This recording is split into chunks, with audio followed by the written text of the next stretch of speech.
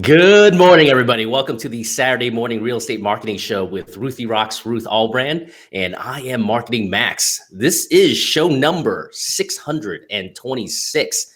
And today we have another new guest on the show, Mr. Kyle Wallace. He's the state manager for Driggs Title and also a fully licensed attorney here in the state of Nevada.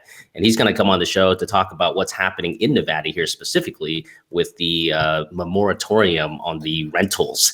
And we're going to talk about what the Supreme Court did as well for the country. But before we get to Kyle, Ruth, what is happening in Las Vegas? I'm going to say, put you all down in the lobby in case anybody wonders why you're going away.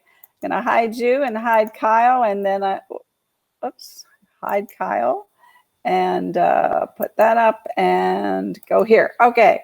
So these are the stats as of this morning for through yesterday.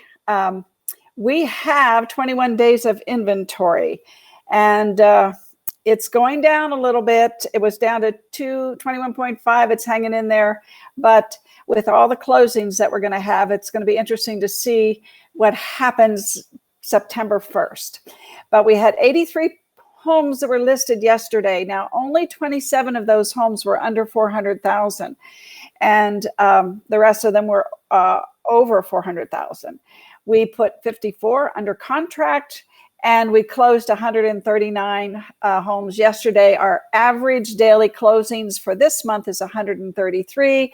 I suspect that number is going to tick up probably to around 140, similar to what our average is for the year, which is about 142, 143.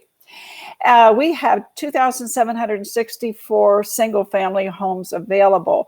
470 of those are actually $1 million plus homes, which this year have been really flying off the shelf. We're doing 4.5 a day in sales compared to last year, which was less than 2 per day. So that is really changing. The investors.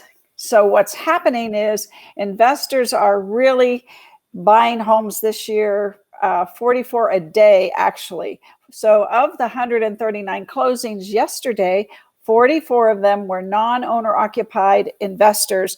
And of course, you know, we need rental properties.